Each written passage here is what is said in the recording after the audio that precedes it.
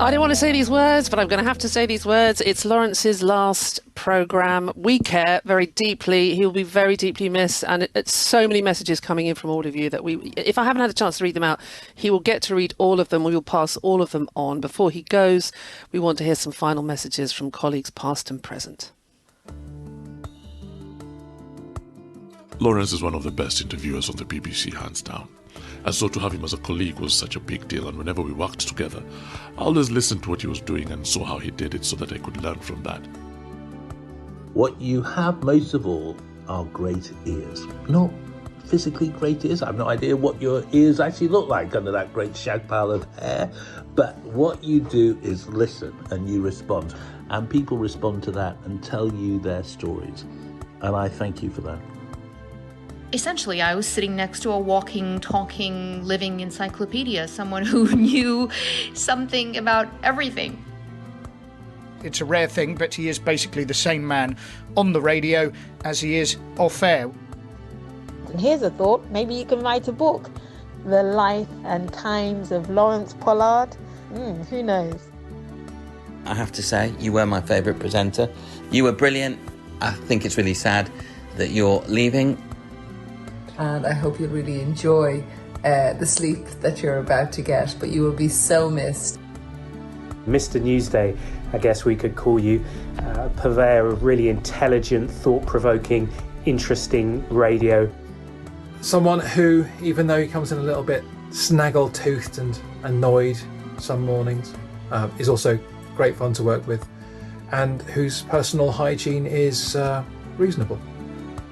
Not just the finest package maker I've had the pleasure to hear, but the warmest, most welcoming, trustworthy presence. BBC World Service, you are what makes it what it is. I don't deserve that. You more than deserve that. But honestly, there's so many people getting in touch. We don't have to. I mean, I want to hand the floor to you, but I just want to say from my point of view, it's been an absolute blast, and it's been a privilege to work with, what everybody else has said, such a generous, supportive, knowledgeable, hilarious co-presenter. I've got so many great memories that, we were on air when David Bowie's death was announced. Your mic broke just before, and you said to me, let's do a Mick Ronson, David Bowie, because we were both on the same mic. Shoulder. And then we were.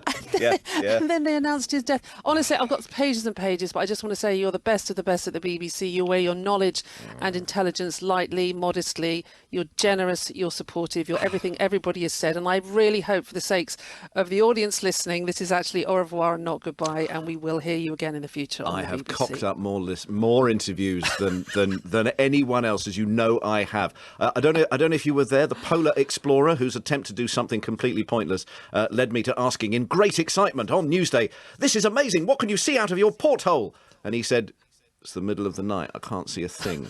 In earlier days as well, when I was working in television, I remember going to interview a bad boy novelist who prepared for my interview by injecting heroin. And I asked a question, and it took a very, very long time for him to answer. And also there's the Nelson Mandela. This is back in my days of local radio. Do you remember Ewers, those big chunky tape recorders that we used to use with little reels? They were big things. And I was called on to go and cover Nelson Mandela's visit. It wasn't a state visit, it was more of a private one, to Oxford, where I was where I was working. And I was hanging around the entourage and getting on very well with his people. And then the great call came, and they said, "Right, I think you'll be ready. You can have a sit down. You can have a quick chat with Mr. Mandela if you want." And I looked around for my equipment, and my equipment in its box was up against a fence, and Nelson Mandela was standing on my tape recorder so that he could reach higher and shake hands with all the people that want to talk to him. So that was, I have to say now, the interview that got away. I never managed to do that. The only regrets apart from that I leave with is that I didn't do more with the incredible opportunities and fun and colleagues, and I don't want to go all Oscars acceptance, but listen, anything anyone says about me is doubled with everyone else. This is an extraordinary place to work. I'm terribly sorry to leave. I remember getting excited by the romance of the World Service when I was a kid. I'm not making this up. Listening on 648 medium wave, 2 Malcolm Billings and the Merchant Navy programme. Who else would do that? Who else would be excited by listening to warnings to seafarers of pirates in the Malacca Strait?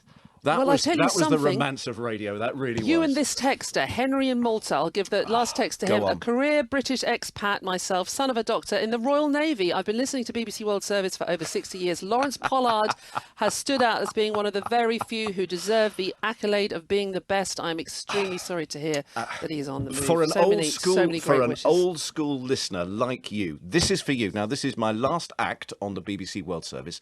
A sing-along. Ladies and gentlemen, I give you the band of the Coldstream Guards. Come on, everyone, at the back.